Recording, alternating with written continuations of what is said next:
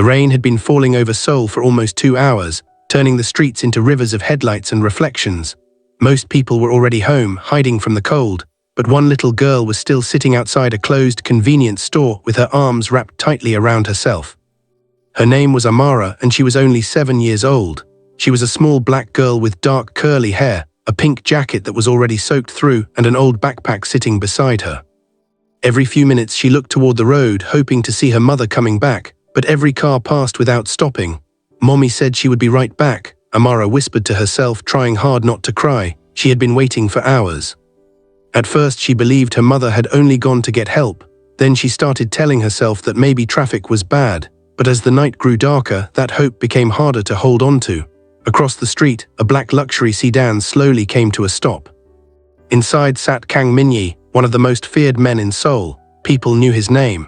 Business owners lowered their voices when he walked into a room. Men who crossed him usually disappeared from the city before anyone could ask questions. Min-Jae had just finished a meeting with several members of his organization, and he was already thinking about his next problem when he noticed the girl through the rain-covered window. "Who is that child?" he asked. His driver looked over. "I don't know, sir." Min-Jae watched as Amara stood up and walked toward the street, looking down the road again. She was clearly waiting for someone. "Stop the car," he said. His driver hesitated. "Boss, we should keep moving." Min-Jae gave him one cold look. "I said stop." The car pulled over. Min-Jae stepped outside with an umbrella and walked toward the girl. Amara immediately stepped backward. She had learned that night not to trust strangers. Min-Jae stopped a few feet away and lowered the umbrella so she could see his face. "Where is your mother?" he asked. Amara stared at him silently. Her lips trembled. "She went to get help." "How long ago?" "I don't know." Her voice was almost lost beneath the rain. Min-Jae looked around. There was nobody else nearby. No mother, no family, no one looking for her. He took off his expensive coat and placed it gently around her shoulders. Amara looked down at it, confused. "You'll get cold," he said. "I'm already cold," she answered honestly. For the first time that night, something changed in Min-Jae's expression. He had heard fear, excuses, and lies from adults for most of his life. But this child wasn't trying to impress him or ask for money. She was simply scared. "What's your name?" he asked. "Amara." "Amara what?" She lowered her eyes. "Amara Williams." Min-Jae nodded and looked toward his driver. "Find her mother, find out where she came from." Then he looked back at the little girl. "You can't stay here." Amara tightened her grip on his coat. "But my mommy told me to wait." Min-Jae paused. "She told you to wait here?" Amara nodded. "She said she'd come back for me." There was something in the way she said it that made Min-Jae uncomfortable. It sounded less like confidence and more like a child trying to convince herself. He crouched down so they were at the same eye level. "Listen to me, we're going somewhere warm. If your mother comes back, we'll make sure she finds you." Amara studied his face for a few seconds. "Are you a bad man?" His driver almost stopped breathing. Nobody talked to Kang Min-Jae like that, but Min-Jae didn't get angry. Instead, he gave a faint smile. "Some people would say that." Amara looked at him carefully. "Are you going to hurt me?" "No," he said, "I won't." After a long silence, she finally took his hand.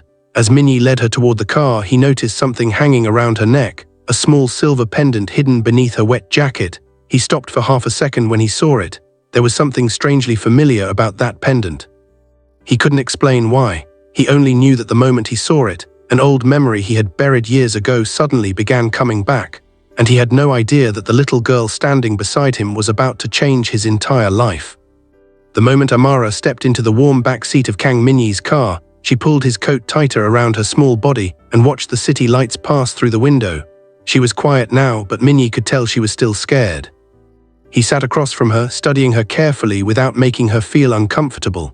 The little girl looked tired, hungry, and completely out of place in a city as big as Seoul. But there was one thing he couldn't stop thinking about: the silver pendant around her neck. He had seen it only for a second in the rain, but something about it had shaken him. "Amara," he said gently, "can I see that necklace?" Her hand immediately moved to the pendant. "My mommy told me never to take it off." Min-Jae nodded. "I'm not asking you to take it off, I just want to see it."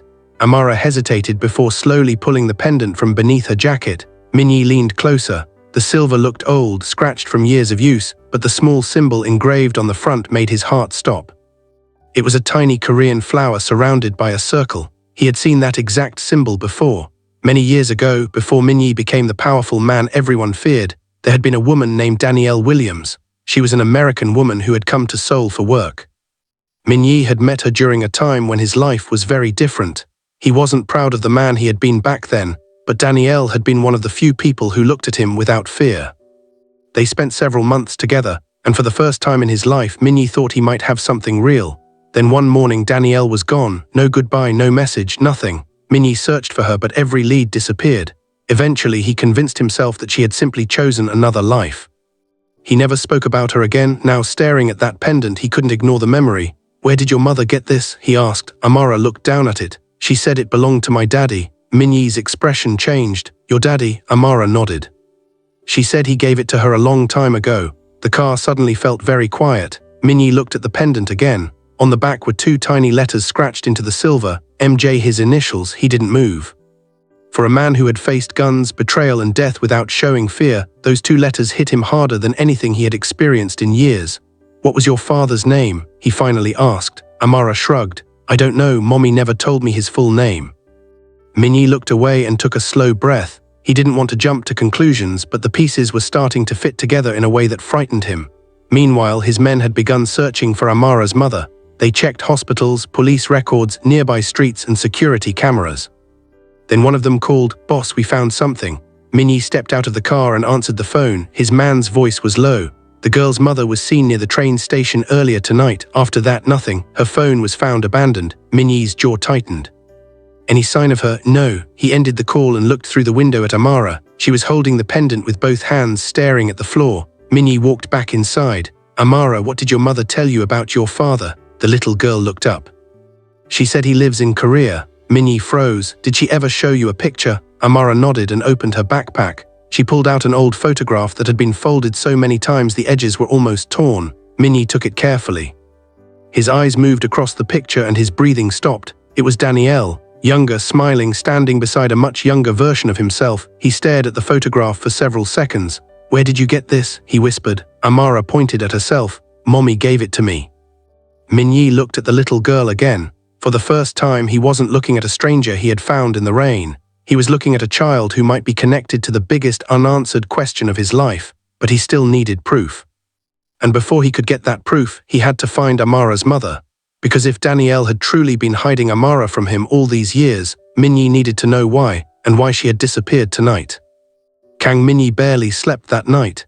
He sat alone in his office while the rain continued to hit the windows, staring at the old photograph Amara had shown him. Danielle was smiling in the picture, standing beside a much younger Min-Jae, before money, power and fear had taken over his life.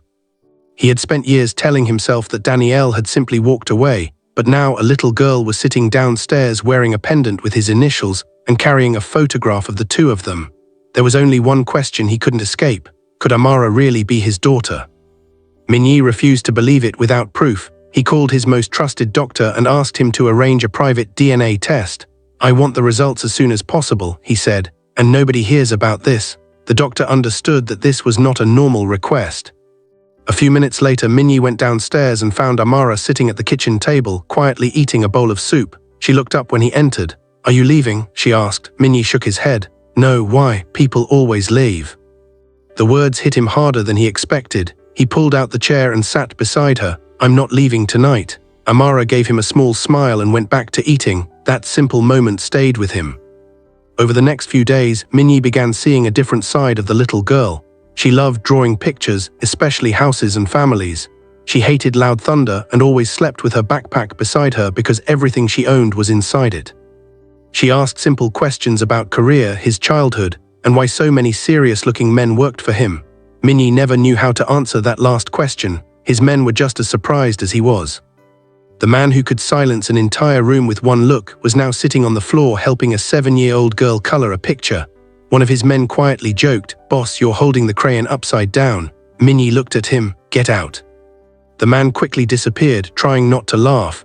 But behind those small moments, Min-Jae was still waiting for the DNA results. Then something else happened. His men discovered that Amara's mother, Danielle, had been asking questions about Min-Jae months before she disappeared. She had tried to contact him through an old number, but someone had blocked the messages. She had also visited Seoul several weeks earlier and stayed under a different name. Min-Jae realized this was bigger than a lost mother and daughter. Someone had been keeping Danielle away from him. The question was why. That evening, Amara walked into his office holding her drawing. "I made this for you." Min-Jae looked at the paper. It showed a little girl standing between a woman and a man. "Who's this?" he asked. Amara pointed at the woman. Mommy. Then she pointed at the little girl. Me. Finally, she pointed at the man. Daddy. Min-Jae stared at the drawing. Do you know what your daddy looks like? Amara shook her head. No, Mommy said I would meet him someday. Min-Jae swallowed hard. Maybe you already have. Amara looked confused, but before she could ask what he meant, the doctor entered the room with a sealed envelope. Min-Jae's entire body went still. The doctor placed the envelope on the desk. Boss, the test is complete. For several seconds, Min-Jae didn't touch it. A man who had made millions of dollars, survived enemies, and built an empire was suddenly afraid of opening one small envelope. Finally, he picked it up and tore it open. His eyes moved across the page once, then again. He stopped breathing. The result was clear. Kang Min-Jae was Amara's biological father. He lowered the paper slowly. All the years he had spent believing he had no family suddenly felt like a lie. He looked toward the doorway where Amara was standing. She was holding her little backpack and watching him carefully. Are you okay? She asked. Min-Jae wiped his eyes before she could notice. Then he walked toward her, knelt down and looked directly into her face. Amara, he said softly, I need to tell you something. She waited. Min-Jae took a breath. Your mother was right, your father is here. Amara's eyes widened. Who? Min-Jae looked at the little girl he had found alone in the rain just days earlier. His voice broke slightly as he answered, me. For a few seconds after Min-Jae said me, Amara just stared at him. She didn't smile, she didn't run to him. She simply looked confused, like her young mind was trying to understand how the stranger who had found her in the rain could suddenly be the father she had spent her whole life wondering about. You're my daddy, she finally asked. Min-Jae nodded, but the words felt heavy in his chest. Yes, Amara, I'm your father. The little girl looked down at the floor and then back at him. Then why didn't you come for me? That question broke something inside him. Min-Jae had no answer because he had never known she existed. He reached for her hand and said quietly, I didn't know you were there. If I had known, I would have come. Amara's eyes filled with tears. Mommy said you didn't know about me. Min-Jae pulled her gently into his arms, and for the first time in many years, the feared Mafia boss cried without caring who might see him. He held his daughter close and whispered, I'm sorry you had to wait so long. But while Min-Jae was trying to understand his new life, his men were uncovering something much darker. Danielle hadn't simply disappeared. She had been running from people who wanted to use her connection to Min-Jae against him. Years earlier, after Amara was born, Danielle had tried to contact Min-Jae. But someone inside his organization intercepted her messages because they believed Danielle was a threat. She was warned to stay away from him. When she refused, her life became dangerous. Danielle eventually took Amara and disappeared, hoping that keeping her daughter away from Min-Jae would keep her safe. Now Min-Jae realized that the woman he had blamed for leaving him had actually been protecting their child. He ordered his men to find Danielle immediately, but every new piece of information made the situation worse. Her phone had been abandoned. Her bank account hadn't been touched. Security footage showed her being followed before she disappeared. Someone had been watching her, and now they knew where Amara was. Min-Jae walked into the main room where several of his senior men were waiting. Everyone became silent. One of them finally asked, Boss, what are we going to do about the girl? Min-Jae looked toward Amara, who was sitting quietly on the sofa holding her mother's photograph. His face became completely serious. She's not a problem, he said. She's my daughter. Nobody spoke. The words seemed to echo through the room. One of his oldest men lowered his head. Boss, if the other groups find out, Min-Jae cut him off. Let them find out. He had spent his entire life protecting his empire, his reputation, and his power. But now there was something more important than all of it. Amara. From that night forward, everything changed. Guards were placed around the house, but Min-Jae refused to let Amara feel like a prisoner. He made sure she had her own room, filled it with books and toys, and even asked what color she wanted for the walls. When she said purple, the entire room was changed within 2 days. His men couldn't believe it. The same man who had once rejected every personal request now stood in a furniture store comparing purple curtains. But Amara didn't care about his money or power. She just wanted a father. One evening, she walked into his office carrying the old photograph. Can I keep this? She asked. Min-Jae looked at it and smiled sadly. It's yours. She climbed onto the chair beside him. Can I call you Dad? Min-Jae looked at her for a long moment. You can call me anything you want. Amara smiled. Okay, Dad. That one word meant more to him than everything he had ever owned. But outside that house, danger was already moving closer. Someone had discovered that Kang Min-Jae had a daughter, and they knew exactly how much she meant to him. Min-Jae had spent years believing he had nothing left to lose. Now he finally understood the truth. He had everything to lose, and he would do whatever it took to protect his little girl. For the first time in his life, Kang Min-Jae had something he was truly afraid of losing. It wasn't his money, his businesses, or his reputation. It was 7-year-old Amara. Before she came into his life, Min-Jae believed fear was useful. People respected him because they were afraid of what he could do. He had built an empire by staying cold, thinking ahead, and never allowing anyone close enough to hurt him. But Amara had changed that without even trying. She didn't care about his reputation. She didn't know the names of the men who feared him. To her, he was simply Dad, and that made Min-Jae realize how empty his old life had been. One morning, Amara was sitting at the kitchen table eating breakfast when she suddenly asked, "Dad, do you work every day?" Min-Jae smiled, almost. She frowned. "Then when do you play with me?" He didn't have an answer. That question stayed in his head all day. That evening, instead of going to another meeting, Min-Jae came home early. Amara was sitting on the living room floor drawing. When she saw him, her face lit up. "You're home," Min-Jae nodded. "I thought we could spend the evening together." They played a simple board game, ate takeout, and watched an old cartoon Amara liked. Min-Jae found himself laughing at things that would never have made him smile before. But while he was discovering what it meant to be a father, the danger around them was getting closer. One of Min-Jae's trusted men entered his office late one night with a serious expression.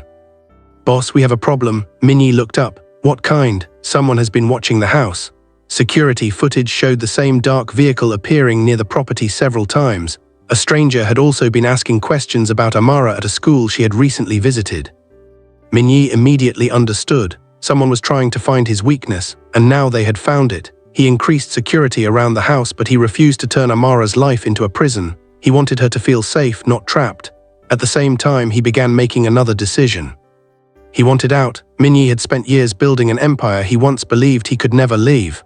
But now he looked at the little girl sleeping peacefully upstairs and knew he couldn't raise her around the same darkness that had shaped him.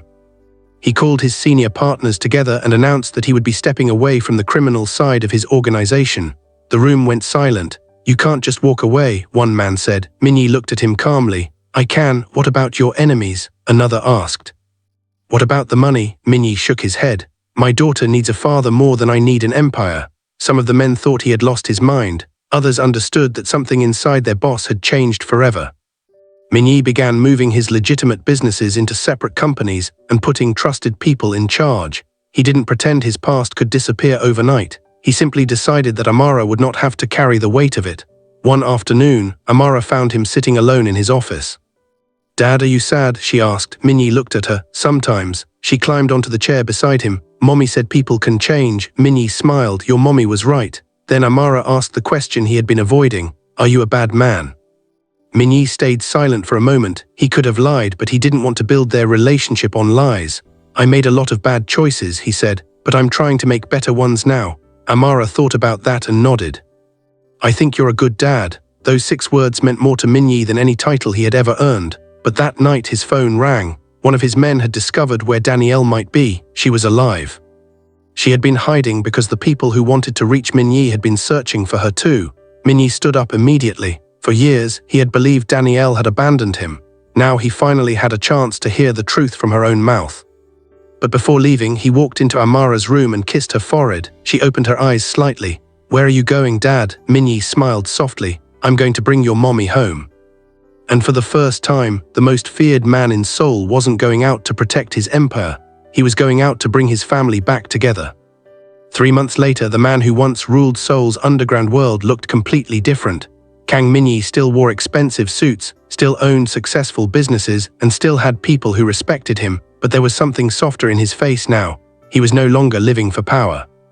He was living for his family. After finding Danielle, Min-Jae finally learned the truth. She had never abandoned him. She had spent years protecting Amara because people connected to Min-Jae had threatened her.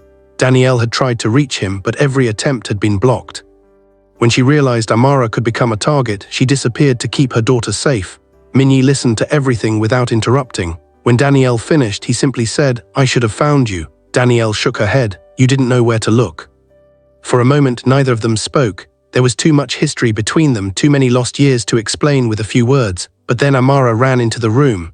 "Mommy." Danielle dropped to her knees and Amara jumped into her arms. Min-Jae stood nearby, watching them with tears in his eyes. For the first time, his family was standing in the same room. He knew they couldn't erase the past, but maybe they could stop letting it control the future. Life slowly became normal again. Min-Jae kept his promise and walked away from the criminal side of his empire. He turned several of his businesses into legitimate companies and began using his money to help families who were struggling. He never talked publicly about his past, and he never expected anyone to forgive him for it. He simply believed that if he had been given a second chance, he should use it wisely. Amara became the center of his world.